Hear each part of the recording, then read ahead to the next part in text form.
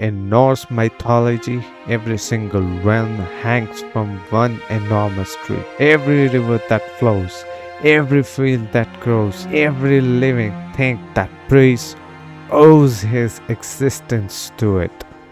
So when that tree starts to wither, it isn't just a problem for one world, it's a problem for all nine of them. None of them are safe, and caught right in the middle of it are two people. She warns them, one wrong step into that light and there's no undoing it. By the time she says it, it's already too late to turn back. To reach the next temple, they have to cross a lake that's technically guarded by something that shouldn't exist at all. A serpent so massive it wraps completely around the realm of men. Coil after coil disappearing into the horizon in both directions. Nobody knows exactly where it came from. According to the story, it simply appeared one day uninvited and never left. You don't provoke something that size. You just hope it stays asleep. Not long after it appeared, the god of thunder himself decided to deal with it personally. The fight was so violent it could reportedly be felt across every single realm at once. Getting into the actual temple isn't as simple as walking through a front door. There's ancient 11 machinery buried at the ground here, gear the size of houses. Seized in place who knows how many centuries of neglect. Waking it up takes a real strength, the kind most people simply don't have. Good thing the father in the story isn't most people. Now realign the wheel onto the track.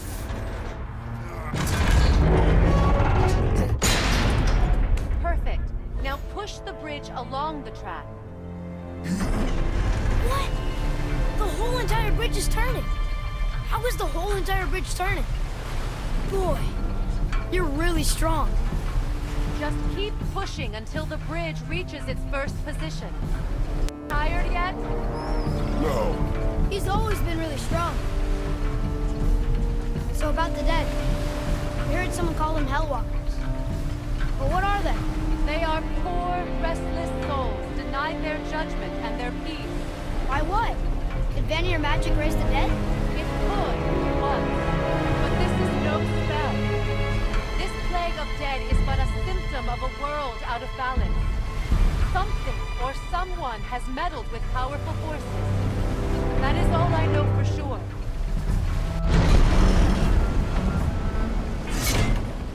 That's perfect. Come back up. We're ready now. There's a weapon in the story that matters a lot more than it looks like. It should. The boy's bow. Right now it's completely ordinary. Wood string, nothing special. But once that string gets soaked in the light of this realm, something changes. It stops being just a weapon and starts being something closer to a key. Something that reawakens magic that has been dormant for longer than anyone alive can remember. That's a small moment, easy to overlook, but keep it in the back of your mind, because by the end of tonight, this bow is going to matter more than either one of them realizes right now. Inside, they find something that generally shouldn't exist anywhere else across the Nine realm.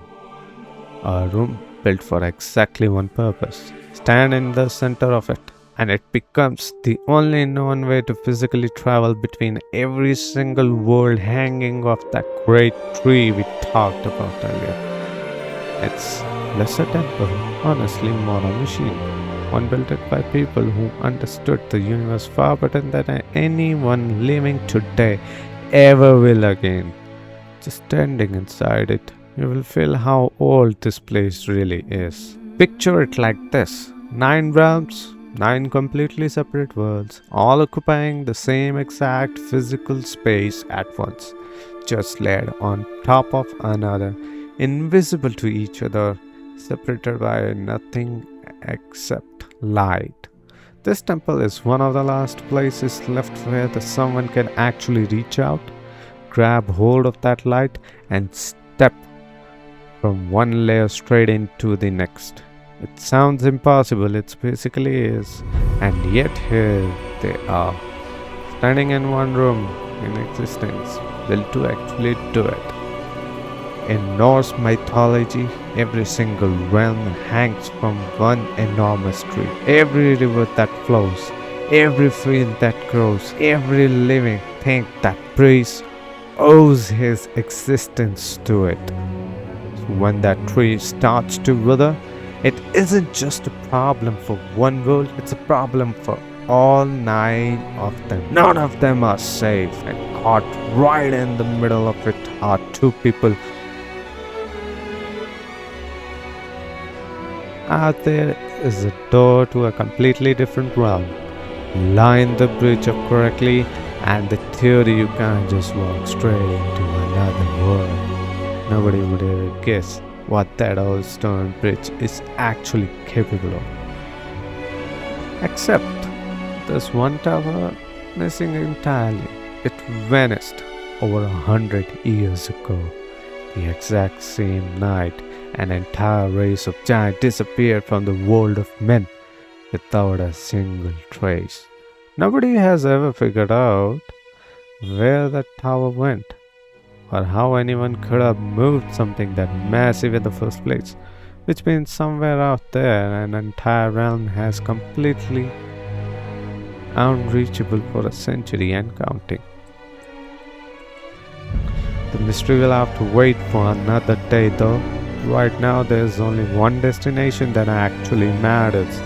It is time to go back to the realm of light, back to Alfheim, back to where this whole story started.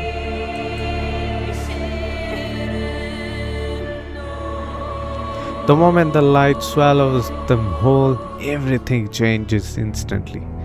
There's no gradual shift. 1 second they're standing on the temple, the next they're somewhere else entirely. A realm built almost entirely out of light itself. The kind of place that should genuinely take your breath away the first time you see it, and for a second it does. Then everyone notices that something is about to very obviously wrong, because this is supposed to be the brightest realm of all 9, and right now, it barely looks alive. A trapped. Someone of your ability should have little trouble getting back to Midgard. And we'll be able to make that black light go away? With the captured Light of Alfheim, yes.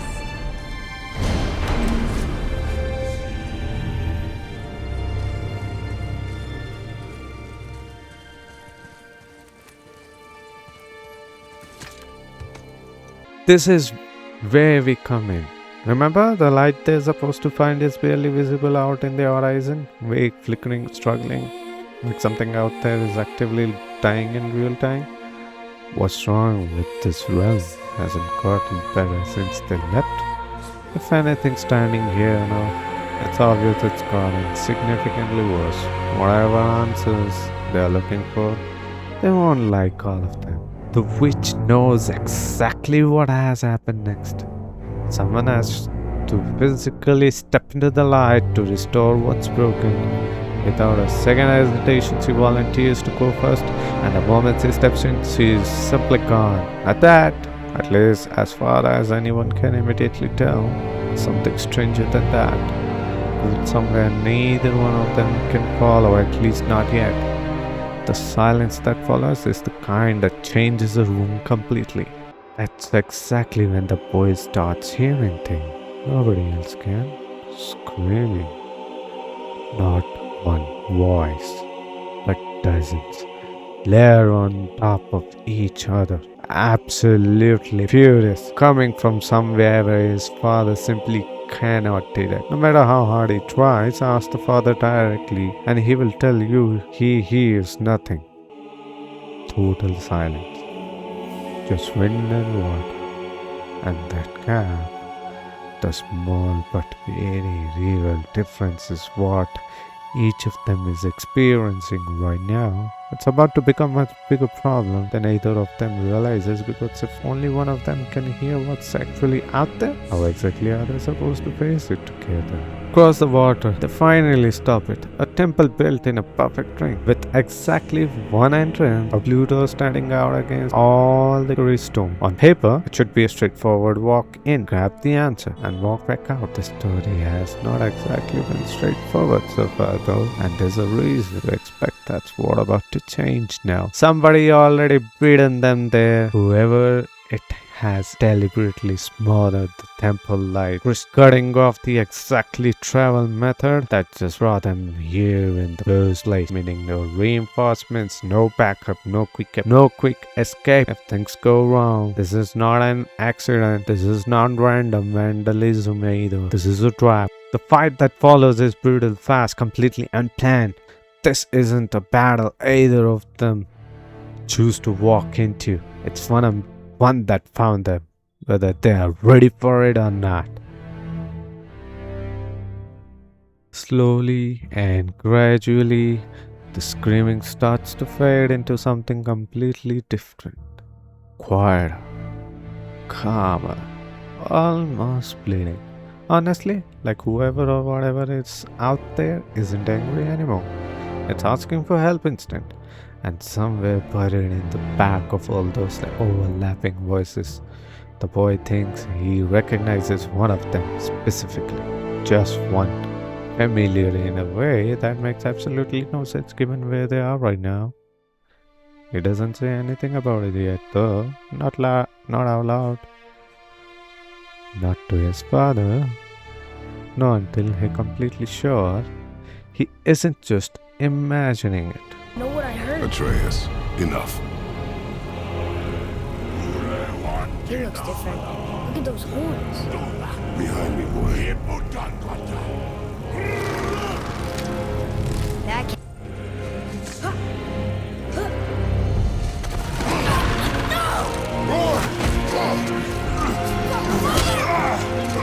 Get off him!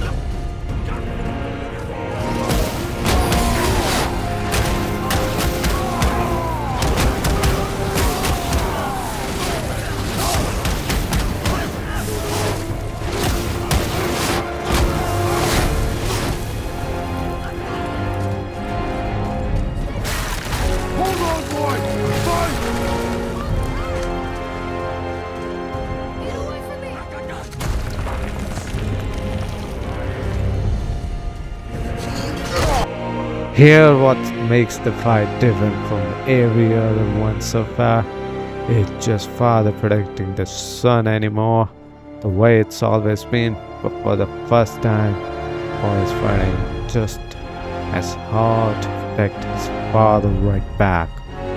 Swift matters more than it might look like in the moment. Every enemy has a weakness if you look hard enough. Even the massive machine standing squarely between them and that entrance, finding it takes both of them working together. Putting callouts, covering each other blind spots, breaking it takes even longer, a lot more effort than either of them expected. But eventually, piece by piece, the path forward finally opens up in the front of them.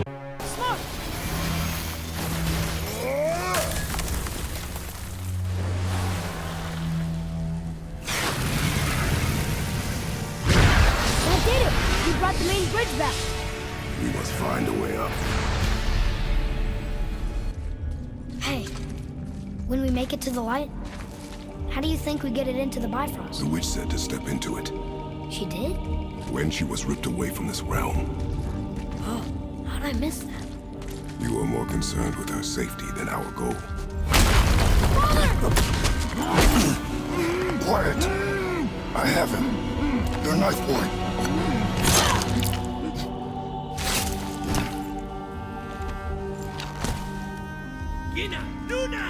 Another one! Stay back.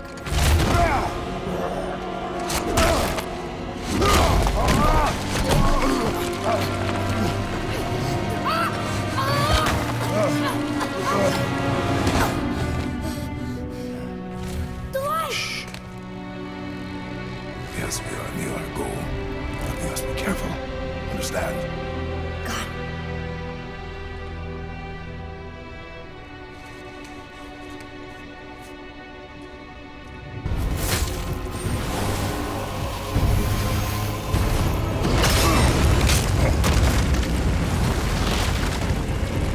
Boy!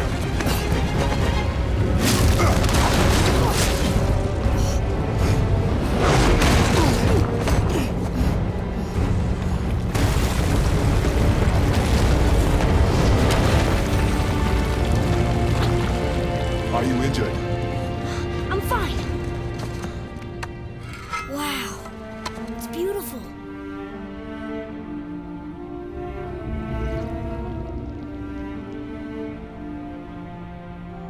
The light. It's making the whole temple reappear. It's the source of all of it. Wait. It's singing. Inside the temple's inner chamber, the light isn't glowing anymore. It's singing. A voice unknown loud. Up inside, very source of all power, calling out softly in the dark.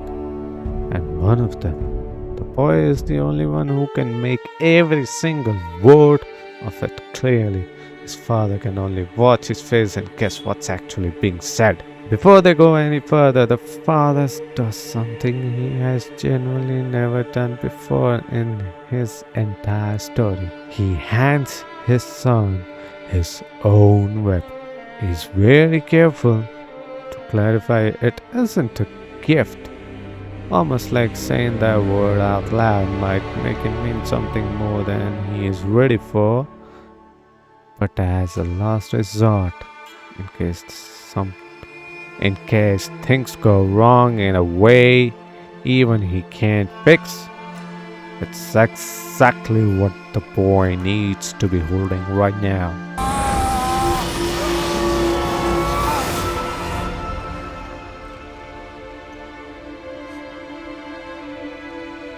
What is this? Faye?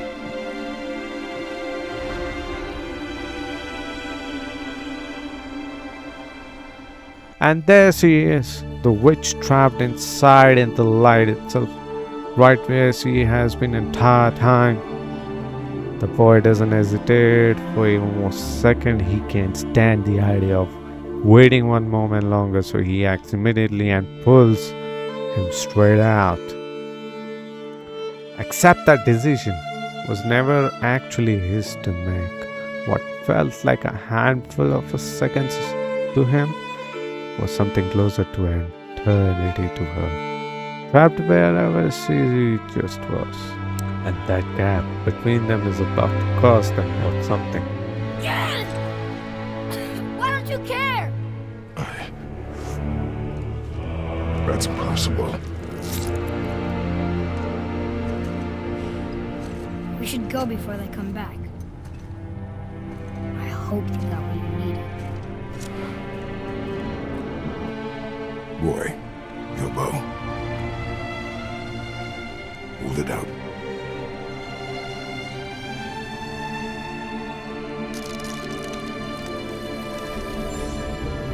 One last arrow fired straight into the stone, and the light finally steadies.